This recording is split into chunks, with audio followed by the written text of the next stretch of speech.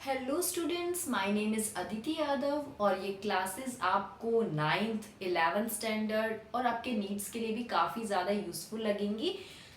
हम कर रहे थे स्ट्रक्चर ऑफ एटम। ये हमारा लेक्चर नंबर 3। इससे पहले हमने फर्स्ट लेक्चर में पढ़ा था कि इलेक्ट्रॉन की डिस्कवरी कैसे हुई, प्रोटॉन की डिस्कवरी कैसे हुई और न्यूट्रॉन की डिस्कवरी कैसे हुई। हमने ये सब डिटेल में कवर किया, राइट। देन सेकेंड लेक्चर में हमने जो पढ़ा है कि हमारा थॉमसन्स एटॉमिक मॉडल क्या है, रदरफोर्ड एटॉमिक मॉडल क्या है, वहाँ से हमें न्यूक्लियस के बारे में पता चला, वहाँ से उसके कैरेक्टरिस्टिक्स क्या है, उसकी ऑब्जर्वेशंस क्या थे और उसके ड्रॉबैक्स क्या थे, राइट। अब है हमारा लेक्चर नंबर 3, तो इसमें हम करेंगे EMR। This is known as electromagnetic radiations. Electro means electric field, ये सब आपने फिजिक्स में पढ़ा होगा, राइट। नेक्स्ट मैग्नेटिक, मैग्नेटिक यानी कि मैग्नेटिक फील्ड, और रेडिएशंस यानी कि हम बात कर रहे हैं वेव्स की, राइट। तो देखो, जो हमारा मैक्सवेल था उसने क्या कहा, उसने एग्जांपल लिया। हम यहाँ पे पढ़ेंगे लाइट के कॉन्सेप्ट में, ठीक है। तो लाइट के बारे में इसने क्या कहा कि अकॉर्डिंग टू मैक्सवेल की जो लाइट है वो ट्रेवल करती है in the form of waves. ये जो लाइट आ रही है हमारे पास, ये जो लाइट आ रही है ये ऐसे मतलब वेव्स की फॉर्म में ये ट्रेवल करती है, राइट। तो इसने बताया कि लाइट, इसने मैक्सवेल ने तो बोला कि लाइट का जो नेचर है वो वेव्स नेचर है, लेकिन हम आगे फर्दर पढ़ेंगे इसी सीरीज में कंटिन्यू कि प्लैंक्स आया था एक, उसने बोला कि लाइट में वेव नेचर के साथ साथ एक पार्टिकल नेचर भी होता है, ठीक है। तो अब देखो इलेक्ट्रोमैग्नेटिक रेडिएशन से क्या मतलब था। इसका कहने का मतलब है मैक्सवेल का कि वेव की फॉर्म में कैसे ट्रेवल कर रही है। हमने ये तो बोल दिया कि लाइट वेव की फॉर्म में ट्रेवल करती है, बट हाउ, राइट। सो इस हाउ का ये है हमारा। देखो, इसने बोला कि electric field, magnetic field and direction of propagation, यानी कि जिस डायरेक्शन में वेव जो है वो ट्रेवल कर रही है वो direction of propagation, electric field and magnetic field, ये तीनों एक दूसरे के परपेंडिकुलर है। इट मींस इनके बीच में 90 डिग्री का एंगल है, राइट। देखो, ये है हमारी रेड से जो मैंने बनाया है, ये है हमारी इलेक्ट्रिक फील्ड, ये हमारी इलेक्ट्रिक फील्ड है। यहाँ से आई हमारी नीचे से ब्लैक में जो ब्लैक मार्कर से जो है वो है हमारी मैग्नेटिक फील्ड, राइट। और ये जो सीधा है हमारे पास, ये है direction of propagation. It means direction of propagation, electric field and नीचे के साइड इधर मैग्नेटिक फील्ड, राइट। और ये तीनों क्या है, all three are perpendicular, electric field, magnetic field and direction of propagation, all three are perpendicular to each other, right। अब देखो हमारे पास आता है स्पेक्ट्रम। स्पेक्ट्रम से क्या पता चलता है हमें, स्पेक्ट्रम यानी कि उसमें wide range of waves cover की गई है, राइट। सबसे पहले इधर है हमारी cosmic rays, gamma rays, X rays, UV rays, visible. ये जो विजिबल रीजन होता है इसकी वेवलेंथ होती है जो आपको याद होनी चाहिए, ये आपके नीट एग्जाम के लिए काफी यूजफुल है, पूछा भी जा सकता है। विजिबल रीजन की जो वेवलेंथ होती है वो होती है आपकी 400 nanometre to 700 nanometre, right. Then infrared waves, microwaves and radio waves. अब देखो क्वेश्चन कैसे बनते हैं आपके नीट में, स्पेशली कैसे क्वेश्चंस बनते हैं। एक कॉन्सेप्ट याद रखो, जो एनर्जी होती है वो इनवर्सली प्रोपोर्शनल है हमारी lambda, this is known as lambda. और ये जो लैम्डा है मैं लिख देती हूँ आपके लिए, दिस इज लैम्डा। और ये क्या है हमारी वेवलेंथ, दिस इज बच्चे wavelength, right. So energy is inversely proportional, ये जो साइन है इसे बोलते हैं इनवर्सली, 1 आ गया तो inversely, energy is inversely proportional to lambda. Means जब वेवलेंथ बढ़ेगी, किसी भी वेव की वेवलेंथ ज्यादा होगी, इंक्रीज होगी, तो उस वेव की जो है एनर्जी डिक्रीज कर जाएगी, ठीक है। यानी कि इनवर्सली प्रोपोर्शनल हो गया। अगर एक चीज बढ़ेगी, अगर एनर्जी बढ़ेगी तो वेवलेंथ कम हो जाएगी, एनर्जी कम होगी तो वेवलेंथ बढ़ जाएगी। अब इसी से देखो हमारी, अब देखो इससे आप क्या बता सकते हो कि जो हमारी कॉस्मिक रेज है, सबसे ज्यादा एनर्जी इन सब वेव्स में किसकी है, कॉस्मिक रेज की एनर्जी। क्योंकि एनर्जी ये लिखा है मैंने, एनर्जी इधर जाते जाते डिक्रीज हो रही है, और सबसे कम एनर्जी किसकी है, रेडियो वेव्स की। अगर रेडियो वेव्स की बच्चे सबसे कम एनर्जी है तो वेवलेंथ सबसे ज्यादा किसकी हुई, रेडियो वेव्स की, क्योंकि इनवर्सली प्रोपोर्शनल है। जिसकी एनर्जी ज्यादा होगी उसकी वेवलेंथ कम होगी, जिसकी एनर्जी कम होगी उसकी वेवलेंथ ज्यादा होगी। तो आपका क्वेश्चन डायरेक्ट आ सकता है कि एक तो ये आ सकता है कि विजिबल रीजन का range 400 nanometre to 700 nanometre. Second question, spectrum में सबसे ज्यादा एनर्जी कौन सी वेव्स की है? आपको इतने सारे ऑप्शंस दे दिए जाएंगे, इतने सारे नहीं मींस 4 ही ऑप्शंस देंगे, आपको उसमें से सेलेक्ट करना है। तो सबसे ज्यादा एनर्जी है कॉस्मिक रेज की। याद रखो, कॉस्मिक रेज की सबसे ज्यादा एनर्जी है, तो वेवलेंथ क्या होगी इसकी? सबसे कम। और रेडियो वेव्स की वेवलेंथ ज्यादा है, सबसे हाईएस्ट वेवलेंथ रेडियो वेव्स की है, तो क्या होगी? एनर्जी सबसे कम। क्या होता है ना, क्वेश्चन में आपको मे बी कॉस्मिक रेज ना मिले, ठीक है, तो आप सीधा गामा रेज पे टिक कर सकते हो, ठीक है। तो ये था हमारा। अभी हम इसके आगे और फर्दर इसके रिलेशंस देखेंगे एनर्जी का फ्रीक्वेंसी के साथ, वो सब समझते हैं। अब डिटेल में करेंगे कि वेव है क्या, ये वेवलेंथ क्या है, एनर्जी क्या है, ठीक है। अभी नेक्स्ट स्लाइड में वो सब कवर करते हैं।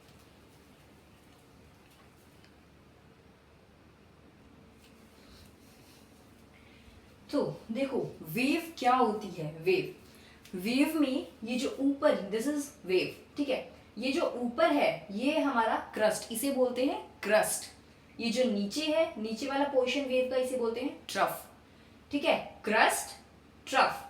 देन ये अगेन ऊपर वाला portion known as crest, then ये नीचे वाला पोर्शन नोन एज ट्रफ। अब देखो वेवलेंथ, जैसे मैंने बोला अभी कि एनर्जी जो होती है वो इनवर्सली प्रोपोर्शनल है वेवलेंथ के, यानी लैम्डा से डिनोट करते हैं, लैम्डा, ठीक है। तो वेवलेंथ, ये वेवलेंथ होती क्या है? देखो वेवलेंथ क्या होती है? Wavelength is a distance between any two crust और ट्रफ। ये जो दो क्रस्ट दिख रही है ना, इनके बीच का डिस्टेंस कहो, या फिर ये जो दो ट्रफ है इनके बीच का डिस्टेंस, इसे ही बोलते हैं वेवलेंथ। ये है वेवलेंथ, ये जो डिस्टेंस है ये दो ट्रफ के बीच का, दिस इज वेवलेंथ लैम्डा।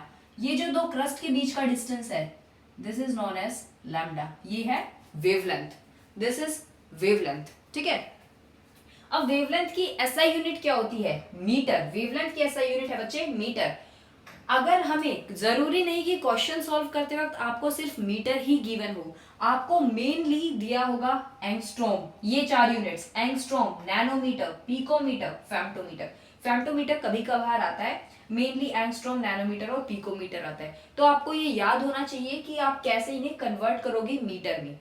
अगर एंगस्ट्रॉम, इसे डिनोट करते हैं ए नोट से, 1 एंगस्ट्रॉम इक्वल होता है 10 की पावर -10 मीटर के, राइट। अगर आपको गिवन हो, मान लो कि 3.7 वेवलेंथ गिवन हो, 3.7 एंगस्ट्रॉम, 37 एंगस्ट्रॉम ये वैल्यू गिवन हो, तो 37 एंगस्ट्रॉम को आप कैसे कन्वर्ट करोगे? 37 मल्टीप्लाई 10 की पावर -10 आ जाएगा हमारे पास आंसर मीटर में, राइट। 1 नैनोमीटर, नैनोमीटर क्या होता है? 10 की power -9 metre. 1 picometre, this is picometre, 10 की power -12 metre. 1 femtometre, femtometre, this is 10 की पावर -15 मीटर।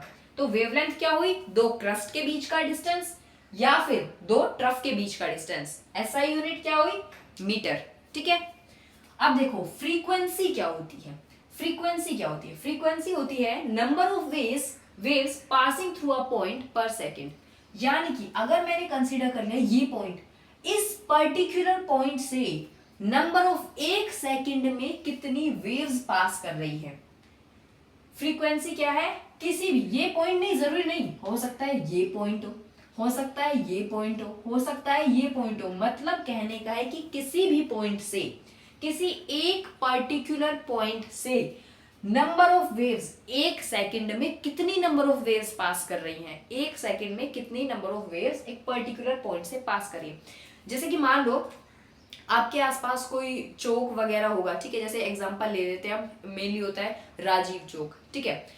उस पर्टिकुलर राजीव चौक से कितनी नंबर ऑफ गाड़ियां, कितनी नंबर ऑफ कार, कोई भी व्हीकल, 2 व्हीलर, 3 व्हीलर, 4 व्हीलर, कितना नंबर ऑफ जो भी है व्हीकल, वो कितना एक सेकंड में पास कर रहा है उस पर्टिकुलर चौक से। एक सेकंड में उस पर्टिकुलर जगह से एक सेकंड में कितने नंबर ऑफ व्हीकल्स, कितने नंबर ऑफ गाड़ियां, बाइक, स्कूटी सब आ गई, कितने नंबर कितना पास कर रहे हैं। सिमिलरली वो एक पॉइंट क्या है हमारे पास, यही कोई भी पॉइंट हो सकता है, उस पर्टिकुलर पॉइंट से एक सेकंड में कितनी नंबर ऑफ वेव्स पास कर रही हैं, this is known as frequency, right. Frequency की बात करते हैं तो फ्रीक्वेंसी का एक रिलेशन है। फ्रीक्वेंसी का रिलेशन जो है हमारे लैम्डा जी के साथ वो है कुछ ऐसा। फ्रीक्वेंसी इक्वल होती है वेलोसिटी ऑफ वेव्स, यानी कि जो वेव है, जो ये वेव ट्रैवल कर रही है, झूमती हुई ट्रैवल कर रही है, इसकी वेलोसिटी क्या है, divided by lambda, this is known as wavelength. Okay, this is known as wavelength.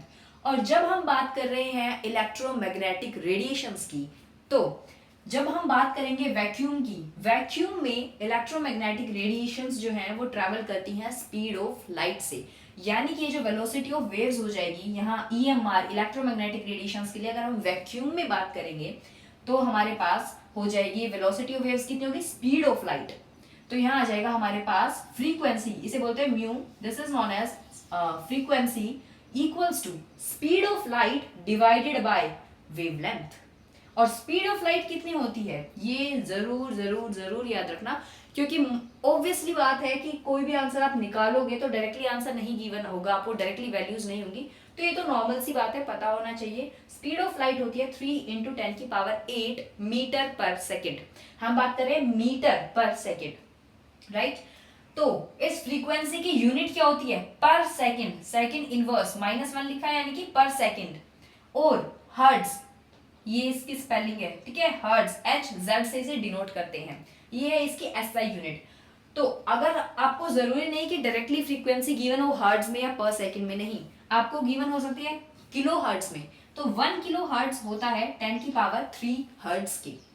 1 milli hertz, ये मैंने अपोजिट वाले इसलिए साथ साथ लिख दिया है, 1 मिली हर्ट्ज इक्वल होता है 10⁻³ हर्ट्ज के। 1 मेगा हर्ट्ज, मेगा यानी बड़ा, तो याद कर सकते हो ऐसे, तब कंफ्यूजन ना हो मेगा और माइक्रो में, मेगा यानी बड़ा, तो 1 mega hertz equals to 10⁶ hertz.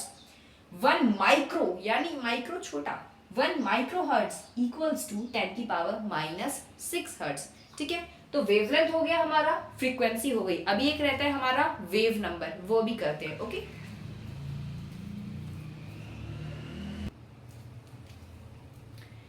तो हमने वेवलेंथ भी देख लिया क्या होती है, फ्रीक्वेंसी भी देख लिया क्या होती है, ठीक है। अब है वेव नंबर की बारी।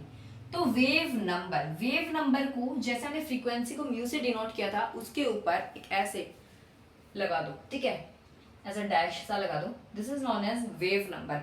अब वेव नंबर क्या होती है, number of waves in 1 metre length, 1 metre की लेंथ में कितनी नंबर ऑफ वेव्स है। कंफ्यूजन मत होना उससे, फ्रीक्वेंसी और वेव नंबर में। फ्रीक्वेंसी क्या थी कि एक पर्टिकुलर पॉइंट से कितनी number of waves per second जा रही है, यानी कि एक सेकंड में कितनी नंबर ऑफ वेव्स एक पर्टिकुलर पॉइंट से जा रही हैं, this is known as frequency. और वेव नंबर क्या है कि 1 मीटर लेंथ में, 1 मीटर लेंथ में कितनी नंबर ऑफ वेव्स हैं, number of waves in 1 metre length.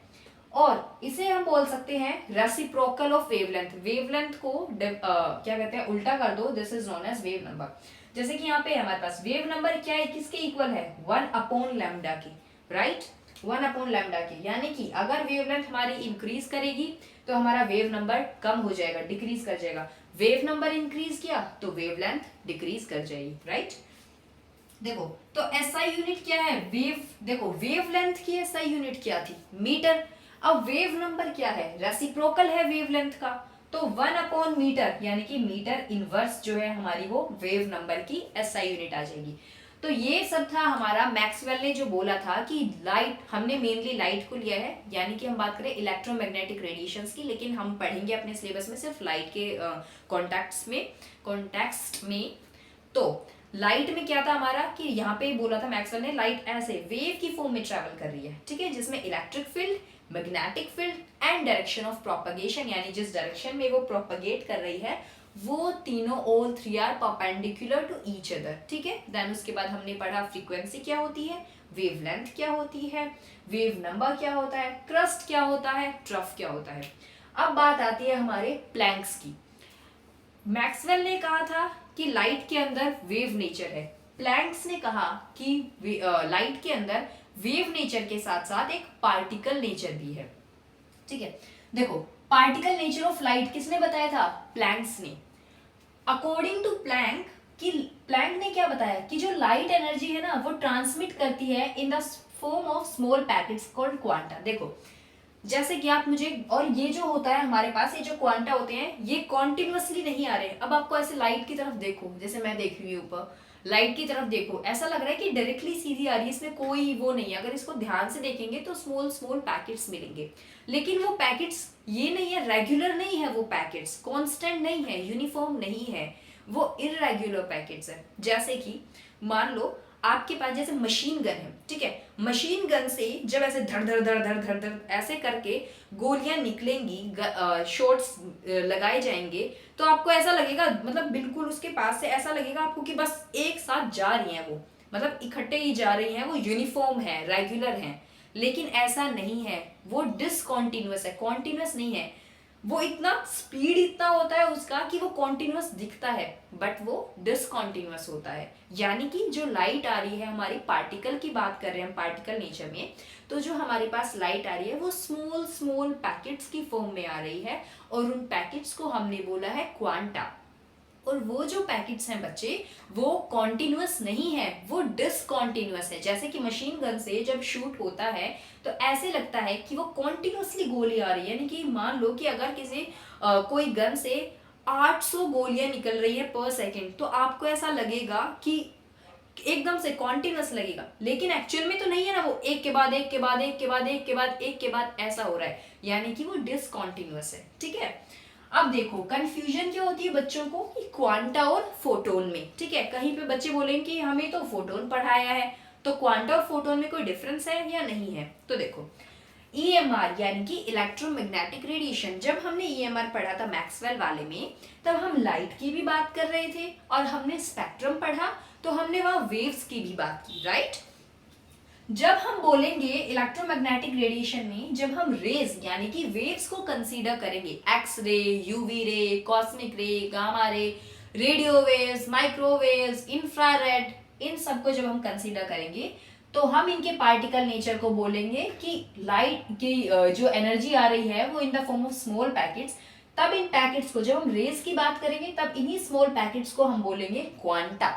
लेकिन जब हम लाइट की बात करेंगे तो इन्हीं स्मॉल पैकेट्स को हम बोलेंगे फोटोन।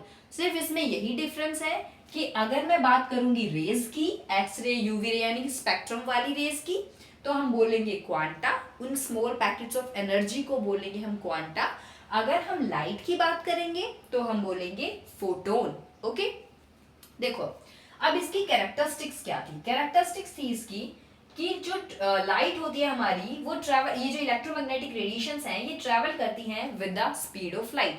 हमने इससे पहले वाली स्लाइड में देखा कि जब मैं बात कर रही थी फ्रीक्वेंसी की, तो फ्रीक्वेंसी किसके इक्वल थी, velocity of waves divided by wavelength. लेकिन जब मैं बात करूंगी वैक्यूम के अंदर, तो वैक्यूम के अंदर जो हमारी इलेक्ट्रोमैग्नेटिक रेडिएशंस हैं वो ट्रेवल करती हैं विद स्पीड ऑफ लाइट। यानी कि लाइट की जो स्पीड होती है वैक्यूम में, उसी स्पीड से हमारी इलेक्ट्रोमैग्नेटिक रेडिएशंस ट्रेवल करती हैं, राइट।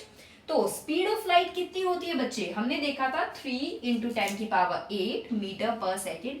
इसे प्लीज याद कर लेना, क्वेश्चन में भी गिवन हो सकता है, लेकिन आपको पता होना चाहिए, बेसिक सी चीज है। 3 × 10⁸ मीटर पर सेकेंड, ये आपको यहाँ भी काम आएगी स्ट्रक्चर ऑफ एटम। और अब 12th में हमारा फिजिक्स का चैप्टर आता है, डुअल नेचर ऑफ रेडिएशंस, वहां भी आप ये सब पढ़ोगे, वेव नेचर और पार्टिकल नेचर, तो वहां भी सेम क्वेश्चंस आएंगे, सेम कॉन्सेप्ट आएंगे, ठीक है। तो और एक और क्या बताया, इसकी कैरेक्टरिस्टिक्स क्या है कि जो स्पीड और वेवलेंथ है फोटोन की, वो चेंज करती है मीडियम के अंदर। यहाँ हम बात कर रहे थे वैक्यूम की, लेकिन जब हम बात करेंगे बच्चे मीडियम की, तो डिफरेंट डिफरेंट मीडियम में फोटोन जो है हमारा, यानी कि स्मॉल पैकेट ऑफ एनर्जी जो है हमारी, उसकी स्पीड भी चेंज होगी और उसकी वेवलेंथ भी चेंज होगी। और क्या चेंज, अब ये क्वेश्चन पूछा जा सकता है आपसे, नीट में स्पेशली पूछा जा सकता है कि मीडियम में क्या चेंज होगा फोटोन का और क्या चेंज नहीं होगा। तो जो चेंज होगा वो है स्पीड और वेवलेंथ, और जो चेंज नहीं होगा वो है हमारा, जो कांस्टेंट रहेगा वो है फ्रीक्वेंसी और एनर्जी, ठीक है। सो ये था हमारा। अभी हम आगे देखते हैं। आई होप आपको इसमें कोई प्रॉब्लम नहीं है। अगर कोई भी कंफ्यूजन, कोई भी क्वेरी होती है तो प्लीज कमेंट बॉक्स में कमेंट कीजिए, मैं ट्राई करूंगी उन सबको रिजॉल्व करने की। ओके।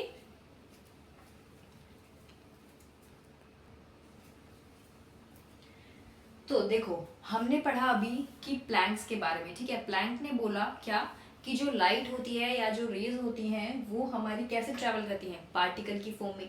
मैक्सवेल ने बोला कि वो हमारी जो है वेव्स की फॉर्म में ट्रैवल करती हैं। तो फाइनली कैसे पता चलेगा कि कब पार्टिकल है और कब वेव्स है।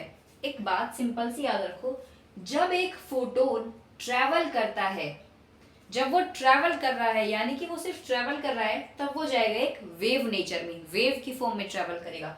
लेकिन जैसे ही वो फोटोन किसी भी सरफेस से टकरा गया, स्ट्राइक कर गया किसी भी सरफेस से, तो वो हो जाएगा, वहां पे होगा उसका पार्टिकल नेचर। जैसे कि देखो ये हमारा मार्कर, ये ऐसे जा रहा है, सिंपल मतलब यानी कि वेव कंसीडर करो, इसे लाइट कंसीडर कर लो। एग्जांपल हमारा लाइट ले रहे हैं हम, यहाँ पे लाइट है, जा रही है, वेव की फॉर्म है, वेव की फॉर्म है, जैसे ही इससे स्ट्राइक की, अब इसका नेचर क्या हो गया, पार्टिकल नेचर। दोबारा से देखो, जब ये ट्रेवल कर रही है तो है हमारी वेव नेचर, जैसे ही इसे स्ट्राइक की तो अब हो गया इसका नेचर पार्टिकल नेचर, ठीक है। When photon travels it follows wave nature, when photon strikes on any surface, किसी भी सरफेस पे जब स्ट्राइक करेगा, it follows particle nature, right. देखो हमारी जो एनर्जी होती है, हमने अभी बोला कि किसी भी मीडियम में जब हमारी जो वेव है वो ट्रेवल करेगी, तो उसकी कोई मींस सॉरी फोटोन जब हमारा ट्रेवल करेगा किसी भी मीडियम में, तो उसकी स्पीड और उसकी वेवलेंथ चेंज होगी। लेकिन क्या चेंज नहीं होगी, फ्रीक्वेंसी चेंज नहीं होगी और एनर्जी चेंज नहीं होगी। तो फ्रीक्वेंसी और एनर्जी में रिलेशन क्या है, energy is directly proportional to frequency. जैसे हमने पढ़ा था कि एनर्जी इनवर्सली प्रोपोर्शनल है वेवलेंथ के, वैसे ही एनर्जी डायरेक्टली प्रोपोर्शनल है फ्रीक्वेंसी के। यानी कि फ्रीक्वेंसी कांस्टेंट तो एनर्जी कांस्टेंट, फ्रीक्वेंसी इंक्रीज तो एनर्जी भी इंक्रीज करेगी, फ्रीक्वेंसी डिक्रीज करेगी तो एनर्जी भी डिक्रीज करेगी, ठीक है। तो एनर्जी डायरेक्टली प्रोपोर्शनल है फ्रीक्वेंसी के, ठीक है। जब मैं इस डायरेक्टली प्रोपोर्शनल के साइन को हटाऊंगी तो ऑब्वियसली कोई ना कोई कांस्टेंट आएगा, और वो जो कांस्टेंट आएगा इसे हम डिनोट करते हैं h से। और ये क्या है इस कांस्टेंट का नाम, अभी प्लैंक ने ही बताया है सब कुछ, तो प्लैंक का ही नाम आएगा। तो this is known as Planck's constant, ठीक है। और इस प्लैंक्स कांस्टेंट की जैसे स्पीड ऑफ लाइट की वैल्यू आपको याद होनी चाहिए, वैसे ही प्लैंक्स कांस्टेंट की वैल्यू अपने माइंड में छाप लो, bear this in your mind please, कि h यानी कि प्लैंक्स कांस्टेंट की वैल्यू होती है बच्चे 6.626 हम बोल देते हैं, लेकिन आप 6.62 लिखोगे तो भी चलेगा, मल्टीप्लाई 10 की पावर -34 जूल सेकेंड। 6.62 मल्टीप्लाई 10 की पावर -34 जूल सेकेंड, ये होती है हमारी h यानी प्लैंक्स कांस्टेंट की वैल्यू। अब एक और चीज देखो, जैसे हमने बोला हमें ये पता है एनर्जी इनवर्सली लैम्डा की है, पढ़ा था हमने वेवलेंथ की एनर्जी इनवर्सली है। एनर्जी यहां से मैंने देखा energy equals to H nu, nu यानी कि फ्रीक्वेंसी। अब फ्रीक्वेंसी की इससे प्रीवियस वाली स्लाइड में हमने देखा कि फ्रीक्वेंसी क्या होती है, velocity of wave divided by wavelength. जब मैं बात करूंगी इलेक्ट्रोमैग्नेटिक रेडिएशन की यानी कि लाइट की, वो भी वैक्यूम में, तो वैक्यूम में मेरी इलेक्ट्रोमैग्नेटिक रेडिएशन ट्रैवल करती है विद स्पीड ऑफ लाइट, ठीक है। तो फ्रीक्वेंसी इक्वल हो जाएगी, क्या होती है equal, speed of light, c है हमारा स्पीड ऑफ लाइट जिसकी वैल्यू होती है 3 × 10 की पावर 8 मीटर पर second, divided by lambda, this is known as wavelength. तो क्या मैं इस फ्रीक्वेंसी की वैल्यू को यहाँ पुट कर सकती हूँ, ऑब्वियसली कर सकती हूँ, किसी को कोई दिक्कत नहीं है तो कर दो put. E equals to H nu, nu यानी फ्रीक्वेंसी की वैल्यू पुट करो, हमारे पास एक रिलेशन आ जाएगा वेवलेंथ के साथ एनर्जी का, E equals to hc by lambda and this lambda is known as हमारा wavelength। तो एक ये वाला रिलेशन काफी इंपॉर्टेंट है, एक ये वाला रिलेशन काफी इंपॉर्टेंट है। ये आपको पता होना चाहिए कि प्लैंक्स कांस्टेंट की वैल्यू क्या है, और एनर्जी हमारी डायरेक्टली प्रोपोर्शनल है फ्रीक्वेंसी के साथ, और वेवलेंथ के साथ हमारी इनवर्सली प्रोपोर्शनल है। और ये भी पता होना चाहिए, कई बार क्वेश्चन में क्या होता है, आपको जो है वो फ्रीक्वेंसी गिवन होती है और आपको वेवलेंथ फाइंड आउट करनी होती है, तो आप डायरेक्टली इस रिलेशन से फाइंड आउट कर सकते हो, ठीक है। तो आपके क्वेश्चंस इसी तरह से आएंगे। अब जो मैं बच्चे यहाँ बात कर रही हूँ जिस एनर्जी की, वो एनर्जी की मैं बात कर रही हूँ एक सिंगल फोटोन की, एक फोटोन की एनर्जी की बात की मैंने यहाँ पे। अगर आपको गिवन है नंबर ऑफ फोटोन्स, अगर आपको दे दिए मान लो 50 फोटोन्स की सॉरी अगर आपको बोल दिया 50 फोटोन्स, तो आप कैसे निकालोगे? ये तो हमें एनर्जी एक फोटोन की है, तो इसीलिए number of photons N number, वो एन नंबर एन कुछ भी हो सकता है, 50, 100, 1000, 2000, कुछ भी नंबर ऑफ फोटोन्स हो सकते हैं। तो energy for N number of photons है हमारी E equals to N H nu, यानी कि इनके आगे बस n लगा दो, वो हो जाएगा हमारा एन एच न्यू। n है हमारा नंबर ऑफ फोटोन्स, और सिमिलरली लैम्डा वाला वेवलेंथ का जो हमने यहाँ देखा E equals to H C by lambda, वही हो जाएगा E equals to N H C by lambda. ठीक है, वेयर E क्या है हमारी एनर्जी, n क्या है नंबर ऑफ फोटोन्स, h क्या है प्लैंक्स कांस्टेंट जिसकी वैल्यू का क्या है 6.62 मल्टीप्लाई 10 की power minus 34 joule second. New ये क्या है फ्रीक्वेंसी, लैम्डा क्या है वेवलेंथ। अब हम बात करते हैं यूनिट्स ऑफ एनर्जी की। आई होप यहाँ तक आप सबको पूरा लेक्चर क्लियर हो गया होगा। अभी है बात करेंगे यूनिट्स ऑफ एनर्जी की। तो एनर्जी की जो SI यूनिट होती है, जो स्टैंडर्ड यूनिट है, यूनिवर्सल है, जो हर जगह एप्लीकेबल होती है, वो है हमारी जूल। SI यूनिट क्या है एनर्जी की? जूल। बाकी दो यूनिट्स और जो है हमारे सिलेबस में है वो है इलेक्ट्रॉन वोल्ट और कैलोरी। 1 EV यानी कि electron volt, 1 EV 1 electron volt equal होता है 1.6 10 की पावर माइनस 19 जूल के। ठीक है, 1.6 10 की पावर माइनस 19 जूल के इक्वल होता है। और 1 कैलोरी हमारा किसके इक्वल होता है? CAL क्या है? कैलोरी। 1 कैलोरी इक्वल होता है 4.2 जूल। 4.2 जूल। तो हमारी सिर्फ ये मेनली तीन ही यूनिट्स हैं, एक SI यूनिट है जूल, दो और यूनिट्स में आपको क्वेश्चन गिवन हो सकता है इलेक्ट्रॉन वोल्ट एंड कैलोरी। ठीक है, आई होप यहां तक आप सबको क्लियर हो गया होगा।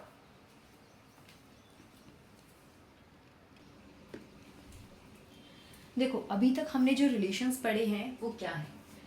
E यानी एनर्जी इक्वल है एच न्यू यानी कि फ्रीक्वेंसी, और h क्या है हमारा प्लैंक्स कांस्टेंट, राइट। नेक्स्ट क्या पढ़ा? अगर मैं न्यू यानी फ्रीक्वेंसी की जगह क्या रख दूं? c बाय लैम्डा यानी कि speed of light divided by wavelength रख सकते हैं। तो E equals to H C by lambda. तो यहाँ से क्या पता चला? एनर्जी जो है वो डायरेक्टली प्रोपोर्शनल किसके है? फ्रीक्वेंसी के। और एनर्जी जो है वो इनवर्सली प्रोपोर्शनल किसके है? वेवलेंथ के, राइट। ये बात की मैंने एक सिंगल फोटोन की, ये बात कर रही हूं मैं सिंगल फोटोन की, लेकिन ये जो मैंने n लिखा है this is number of photons. और इस नंबर ऑफ फोटोन्स में कितने भी नंबर ऑफ फोटोन्स हो सकते हैं, 50, 100, 300, 1000, 2000, कितने भी नंबर ऑफ फोटोन्स हो सकते हैं। तो E equals to N H nu, formula same है। ये एक सिंगल फोटोन की जब बात हो रही थी, ये है जब हमारे नंबर ऑफ फोटोन्स की बात हो रही है। तो E equals to N H nu. Similarly H C by lambda था एक के लिए, तो यहाँ के लिए क्या हो जाएगा? n नंबर ऑफ फोटोन्स के लिए n H C by lambda. ठीक है, और h की वैल्यू क्या है हमारी? 6.62 10 की पावर माइनस 34 जूल सेकेंड। इसकी यूनिट जरूर जरूर जरूर याद रखो। ठीक है, अब देखो हम ये एच सी सोल्व करेंगे, ज्यादा टाइम लग जाएगा, तो इसे सिंपल सा बात क्या आती है, सिंपल सा एक ट्रिक है। अगर मैं लैम्डा हमारा गिवन है क्वेश्चन में नैनोमीटर में, अभी हम करेंगे क्वेश्चन पे, अगर मेरा वेवलेंथ नैनोमीटर में गिवन है क्वेश्चन में, तो एच सी की वैल्यू मैं यहाँ पुट कर सकती हूँ 1240 1240 इलेक्ट्रॉन वोल्ट नैनोमीटर। यानी कि यहाँ ये लैम्डा, ये जो सॉरी एच सी की वैल्यू, अगर लैम्डा नैनोमीटर में है तो मैं एच सी की वैल्यू पुट करूंगी 1240, और जो 1240 है इसकी यूनिट क्या है? Electron volt nanometre. यानी कि इससे निकलकर जो मेरी एनर्जी आएगी वो इलेक्ट्रॉन वोल्ट में आएगी। और ऐसा यूनिट क्या होती है एनर्जी की? अगर आंसर में इलेक्ट्रॉन वोल्ट गिवन है तो डायरेक्टली टिक कर दो।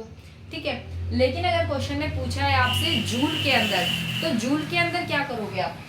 एक इलेक्ट्रॉन वोल्ट हमने पढ़ा था प्रीवियस स्लाइड में, 1 इलेक्ट्रॉन वोल्ट इक्वल्स टू 1.6 10 की पावर माइनस 19 जूल। ठीक है, वहां से आ जाएगा हमारे पास आंसर किसमें? जूल में, एनर्जी का। अगर हमारा वेवलेंथ गिवन हो एंगस्ट्रॉम में, तो एच सी की वैल्यू हम पुट कर सकते हैं 12400। ठीक है, 12400, और इसकी यूनिट क्या हो जाएगी? Electron volt angstrom. सिमिलरली यहाँ जो एनर्जी निकलेगी वो आएगी हमारा आंसर इलेक्ट्रॉन वोल्ट में। अगर उसे हमें कन्वर्ट करना है जूल में, आंसर जूल में एसआई यूनिट में पूछा है, तो हम इसे कन्वर्ट कर देंगे 1.6 10 की पावर माइनस 19 जूल होता है एक इलेक्ट्रॉन वोल्ट। ठीक है, अब देखो question, calculate the energy of 100 photon if wavelength of light is 2000 angstrom. हमें क्या क्या गिवन है और क्या क्या पूछा है। हमें एनर्जी कैलकुलेट करनी है, हमें कितने नंबर ऑफ फोटोन्स गिवन है 100 फोटोन, यानी कि एन की वैल्यू क्या है 100, और वेवलेंथ कितनी गिवन है 2000 एंगस्ट्रॉम। एनर्जी का फॉर्मूला क्या होता है E इक्वल्स टू, अब हमसे पूछा है नंबर ऑफ फोटॉन्स है 100, तो NhC बाय लैम्डा। n की वैल्यू 100, hc हमारी वेवलेंथ किस में है एंगस्ट्रॉम में, और अभी अभी पढ़ा है अगर वेवलेंथ एंगस्ट्रॉम में हो तो hc की वैल्यू रख दो 12400, तो आंसर इलेक्ट्रॉन वोल्ट एंगस्ट्रॉम, इसकी यूनिट होगी हमारी इलेक्ट्रॉन वोल्ट एंगस्ट्रॉम। ठीक है, ये है इलेक्ट्रॉन वोल्ट एंगस्ट्रॉम, और नीचे हमारी क्या आएगी वेवलेंथ। वेवलेंथ कितनी है 2000 एंगस्ट्रॉम। एंगस्ट्रॉम से एंगस्ट्रॉम कैंसिल, हमारे पास जो आएगा इसको कट कर दो, 2000 से ये कट गया हमारा, 2 जीरो इससे गई, 1 जीरो इससे गई, ये इससे कट कर दो, हमारे पास कितना आ जाएगा 2622, ये आ जाएगा हमारे पास 620। लेकिन आंसर किस में आया मेरा बच्चे इलेक्ट्रॉन वोल्ट में आंसर आया, क्योंकि hc की वैल्यू अगर एंगस्ट्रॉम में वेवलेंथ है तो hc की वैल्यू होगी 12400 इलेक्ट्रॉन वोल्ट एंगस्ट्रॉम। नीचे वाला एंगस्ट्रॉम वेवलेंथ के एंगस्ट्रॉम से ऊपर वाला एंगस्ट्रॉम कट हो गया, कैंसिल हो गया, बचा हमारे पास एनर्जी किस में इलेक्ट्रॉन वोल्ट में। अगर आपसे इलेक्ट्रॉन वोल्ट में पूछी है तो बहुत अच्छी बात है, कुछ करना ही नहीं, आगे आगे आंसर आपका। लेकिन अगर आपसे आंसर पूछा हो जूल में तो इसी एनर्जी को मैं चेंज करूंगी जूल में। कैसे चेंज करूंगी, मैं यहाँ लिख देती हूँ 1 इलेक्ट्रॉन वोल्ट होता है मेरा 1.6 10 की पावर माइनस 19 जूल के, तो इसमें कर देंगे हम मल्टीप्लाई, आंसर आ जाएगा मेरा किसमें जूल में। ओके, देखो अब नेक्स्ट क्वेश्चन। हाँ देखो एक और रह गया हमारा ये फॉर्मूला, पावर जो होती है वो इक्वल होती है एनर्जी डिवाइडेड बाय टाइम के। Power equals to energy divided by time. अब क्वेश्चन देखो, हाउ मैनी फोटोन्स यानी नंबर ऑफ फोटोन्स कितने हैं, तो हमें क्या निकालना है, एक तो n आर एमिटेड पर सेकंड, यानी कि क्या निकालना है डिवाइडेड बाय टाइम, पर सेकंड है तो टाइम नीचे ही आएगा, तो हमें निकालना है n बाय टी। अब कैसे निकालेंगे, क्या क्या गिवन है, बाय ए 5 मेगावाट लेजर। मेगावाट, वाट किसकी है हमारे पास, ऐसा यूनिट किसकी होती है वाट। हम जब पावर की बात करते हैं तो हम हमेशा बात करते हैं पावर की यूनिट क्या होती है वाट। अगर मैं मेगावाट की बात करूंगी यानी कि 1 वाट इक्वल्स टू 10 की power 6 megawatt, sorry 1 megawatt equals to 10 की पावर 6 वाट। ठीक है, तो हमें क्या गिवन है क्वेश्चन में, पावर गिवन है, और क्या गिवन है हमें वेवलेंथ गिवन है, किसमें गिवन है नैनोमीटर में। तो मुझे पता है, अब हमें पता चल गया पावर का formula, power equals to energy divided by time. Energy का क्या होता है NhC by lambda, lambda given है, hc की वैल्यू अगर मेरे पास लैम्डा यानी वेवलेंथ नैनोमीटर में है तो hc की वैल्यू क्या हो जाएगी, ये 1240 इलेक्ट्रॉन वोल्ट नैनोमीटर। ठीक है, तो ये वैल्यू हो जाएगी, और n जो है वो मुझे फाइंड आउट करना है। एक्चुअली मुझे n फाइंड आउट नहीं करना है, मुझे n बाय टी यानी कि नंबर ऑफ फोटॉन्स एमिटेड पर second, number of photons divided by time, कि कितने एक सेकंड में कितने नंबर ऑफ फोटॉन्स एमिट हुए हैं वो फाइंड आउट करना है मुझे। तो पावर का फॉर्मूला क्या हो जाएगा, मैं एनर्जी की वैल्यू पुट कर सकती हूँ यहाँ पे पावर के फॉर्मूले, तो पावर क्या हो जाएगा, power equals to energy upon time, और एनर्जी का फॉर्मूला है ये, तो power equals to NhC by lambda, और ये है हमारे पास टाइम, तो डिवाइडेड बाय टाइम। हमें क्या निकालना है, number of photons per second, number of photons और टाइम, ये निकालना है मुझे n बाय टी, ये फाइंड आउट करना है, मेरा मोटिव है ये फाइंड आउट करना, n by T find out करना है मुझे। तो क्या मैं बाकी की चीज मेरे पास है, तो बाकी की चीज मैं निकाल सकती हूँ, बची हुई जो मुझे निकालना है, तो पावर इधर मैं लेके जाऊंगी, इसको क्रॉस मल्टीप्लाई कर दूं तो पावर मल्टीप्लाई क्या आ जाएगा मेरा वेवलेंथ। एक सेकेंड, थोड़ा गेट बंद करना पड़ेगा। पावर मल्टीप्लाई आ जाएगा मेरा वेवलेंथ, और नीचे आ जाएगा HC। ठीक है, पावर मल्टीप्लाई वेवलेंथ, नीचे आ जाएगा HC। तो ये क्या होती है, पावर कितनी गिवन है हमें 5 मेगावाट, लेकिन पावर की SI यूनिट होती है बच्चे वाट, तो 1 मेगावाट इक्वल्स टू 10 की पावर 6 वाट। तो 5 मेगावाट को मल्टीप्लाई कर दूं मैं 10 की पावर 6 से, तो मेरे पास आ जाएगी पावर यूनिट में SI यूनिट में वाट में, तो 5 मल्टीप्लाई 10 की पावर 6 और यहाँ क्या है मेरे पास लैम्डा, यानी वेवलेंथ कितनी गिवन है 620, किसमें नैनोमीटर में 620 रख दी। अब अगर नैनोमीटर में वेवलेंथ गिवन है तो क्या मैं एचसी की वैल्यू रख सकती हूँ यहाँ से, एचसी क्या आ जाएगा 1240 इलेक्ट्रॉन वोल्ट नैनोमीटर, ये आ जाएगी मेरे पास 1240 इलेक्ट्रॉन वोल्ट नैनोमीटर। ठीक है, अब देखो जो भी मेरे पास बच्चे आंसर आएगा, जो भी आंसर जो हमारे पास आएगा वो हो जाएगा हमारे पास किसमें, एनर्जी किसमें हुई हमारे यहाँ पे, अगर इलेक्ट्रॉन वोल्ट नैनोमीटर है तो एनर्जी होगी मेरी किसमें, इलेक्ट्रॉन वोल्ट में, लेकिन मुझे तो इसे कन्वर्ट करना है जूल में।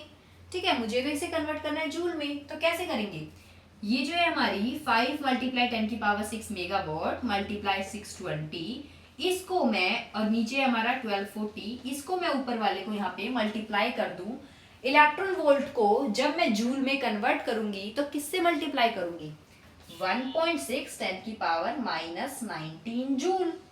अब सब ऐसा यूनिट में है, इसका नैनोमीटर इससे कैंसिल हो गया, ये आ गया, यहाँ से इलेक्ट्रॉन वोल्ट में था ये, तो इसकी जूल में कन्वर्ट कर दी मैंने एनर्जी, और पावर जो है मेरी, वो पावर तो मेरी ये आ गई, मेगावाट में थी तो मैंने 10⁶ मल्टीप्लाई करके इसे वाट में ले आई मैं। ठीक है, तो ये है मेरा आंसर, फाइनल जो आंसर आएगा मेरा वो आ जाएगा, यहाँ पे हमारे पास पता चल जाएंगे कि क्या है, नंबर ऑफ फोटॉन्स कितने एमिट हो रहे हैं 1 सेकंड में। तो ये आपका चैप्टर का ये वाला जो टॉपिक है, इसका जो डुअल नेचर है वेव्स का, लाइट का डुअल नेचर ऑफ रेडिएशंस, ये कंप्लीट होता है। हमने वेव नेचर पढ़ा, वेव नेचर किसने दिया, मैक्सवेल ने दिया, और हमारा पार्टिकल नेचर किसने दिया, प्लैंक्स ने दिया। वेव, जब हमारा वेव कब होगा और कब पार्टिकल नेचर होगा, जब हमारी वेव ट्रैवल कर रही है, जब हमारी वेव ट्रैवल कर रही है तो उसका नेचर होगा वेव नेचर। लेकिन जब वो किसी पॉइंट पे जाके स्ट्राइक कर गई, जब वो किसी पॉइंट पे जाके टकरा गई किसी भी सरफेस पे, किसी भी सरफेस पे अगर वो टकरा गई तो वहां उसका आ जाएगा हमारा पार्टिकल नेचर। जब मैं बात करूंगी लाइट की, तो लाइट के कॉन्टेक्स्ट में क्या आ जाएगी हमारे पास, स्मॉल पैकेट्स ऑफ एनर्जी को हम बोलेंगे फोटोन। लेकिन जब मैं बात करूंगी स्पेक्ट्रम, स्पेक्ट्रम के अंदर वाइड रेंज ऑफ वेव्स आती है, X ray, UV ray, gamma रे, इंफ्रारेड, रेडियो वेव्स, माइक्रोवेव्स। जब मैं इस कॉन्टेक्स्ट में बात करूंगी, वेव्स के कॉन्टेक्स्ट में यानी कि रेज में, तो हम वहां पे स्मॉल पैकेट्स ऑफ एनर्जी को क्या बोलेंगे, क्वांटा। ठीक है, सो ये रिलेशंस है हमारे एनर्जी के, और एक ये रिलेशन भी काफी इंपॉर्टेंट है, power equals to energy divided by time. और ये भी देख लिया हमने कि किसकी एसआई यूनिट क्या होती है, कैसे कन्वर्जन्स होते हैं। तो ये जो हमारा लेक्चर है यहीं वाइंड अप करते हैं। सो आई होप आपको ये सब अच्छे से क्लियर हो गया होगा, एक एक टॉपिक मैंने एलैबोरेट किया है, और अगर फिर भी कहीं कोई इशू है, आपको कुछ समझ में नहीं आ रहा है, कोई क्वेरी है, तो प्लीज़ प्लीज़ कमेंट बॉक्स में जो है कमेंट डालिए, ताकि मुझे पता चले कि आप लोगों को किस पॉइंट पे समझ नहीं आ रहा है, तो मैं कोशिश करूंगी कि नेक्स्ट लेक्चर में उसे रिजॉल्व करने की, आपकी क्वेरी को, आपके डाउट को सॉल्व करने की। Okay, till then bye bye, take care.